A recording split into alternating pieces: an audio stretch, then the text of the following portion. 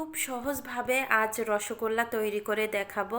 একেবারে দোকানের মতো নরম তুলতুলে রসগোল্লা ঘরেই কিন্তু তৈরি করে খেতে পারেন। আর কতটা নরম হয়েছে কাটার ভাবেই বোঝা যাচ্ছে। প্রথমে 1 লিটার দুধ নিয়েছি, যখনই একটা বলক চলে এসেছে এবার চুলাটা বন্ধ করে দিয়েছি। বন্ধ করে দিয়ে 2 চামচ দিয়ে দিব ভিনেগার। ভিনেগারটা দেওয়ার সঙ্গে সঙ্গে দেখবেন যে ছানা কেটে গেছে।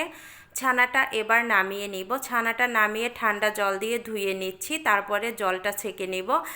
সম্পূর্ণ জলটা ঝরে গেছে, এখন ভালোভাবে মথে নিচ্ছি। মথে নিয়ে 2 চামচ দিয়ে দিলাম ময়দা। ময়দা দিয়ে আবারও মথে নিব।